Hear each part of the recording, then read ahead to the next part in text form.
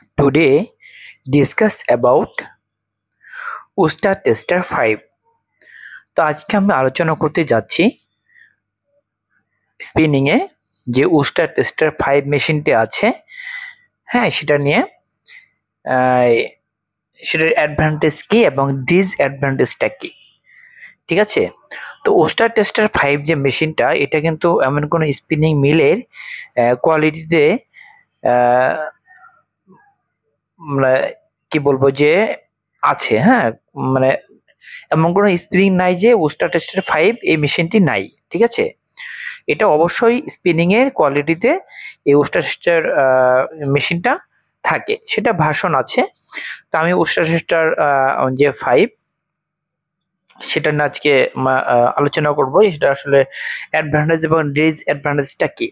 ঠিক আছে, তো উস্টার টেস্টারের যে আপনার যে মেশিনটি আছে সেটাতে আসলে কি কি চেক করা হয়, কি করা হয়, এটা দিয়ে আপনার sliver, yarn, roving check by Uster tester 5, অর্থাৎ উস্টার টেস্টার 5 দিয়ে স্লাইভার, হ্যাঁ, সুতা, রভিং, ইয়ার্ন এবং রভিং এটা চেক করা হয়।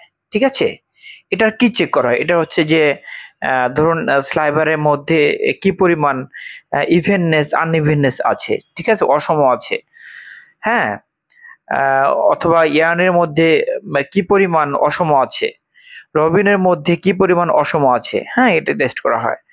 তো আমি এটাই লিখেছি, checked unevenness by Uster tester 5, অর্থাৎ আনইভেননেস চেক করা হয় উস্টার টেস্টার 5 দিয়ে। ঠিক আছে,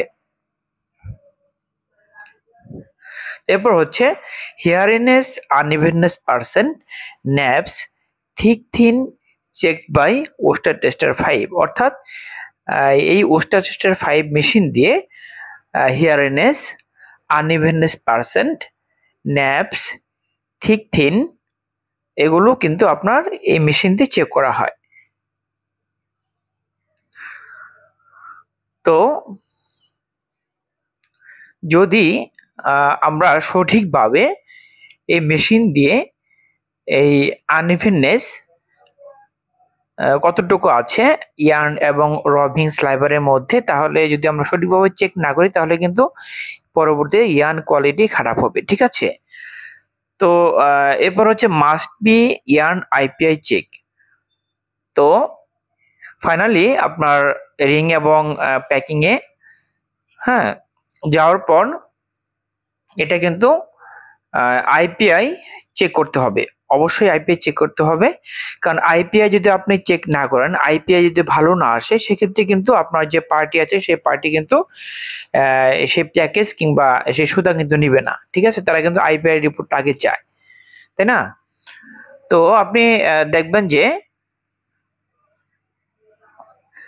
আইপিআইটা আপনার কাউন্ট ওয়াইজ কত আছে।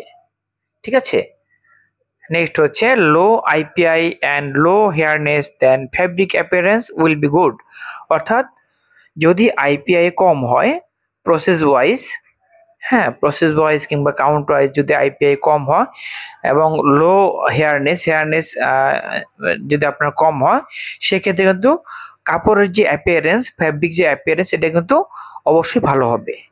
ঠিক আছে, আবার বলছি যে যদি আইপিআই কম হয়, ঠিক আছে, আইপিআই ভালো হয় অ্যান্ড হেয়ারনেস কম হয়, হেয়ারনেস ভালো হয়, দেন হচ্ছে ফ্যাব্রিক অ্যাপিয়ারেন্স ভালো হবে। তো নেক্সট হচ্ছে লো আইপিআই দেন ইয়ার্ন পারফরমেন্স গুড, অর্থাৎ যদি যদি আপনার আইপিআই যদি আপনার আইপিআই কম হয়, সেক্ষেত্রে ইয়ার্ন পারফরমেন্স কিন্তু ভালো হবে। তো ধরুন আপনার পিসি, সিবিসি, পিভি, হ্যাঁ, কম প্রসেস, এগুলোতে কিন্তু আপনার আইপিআই অনেক কম হয়, এগুলোতে কিন্তু আপনার আইপিআই অনেক কম হয়।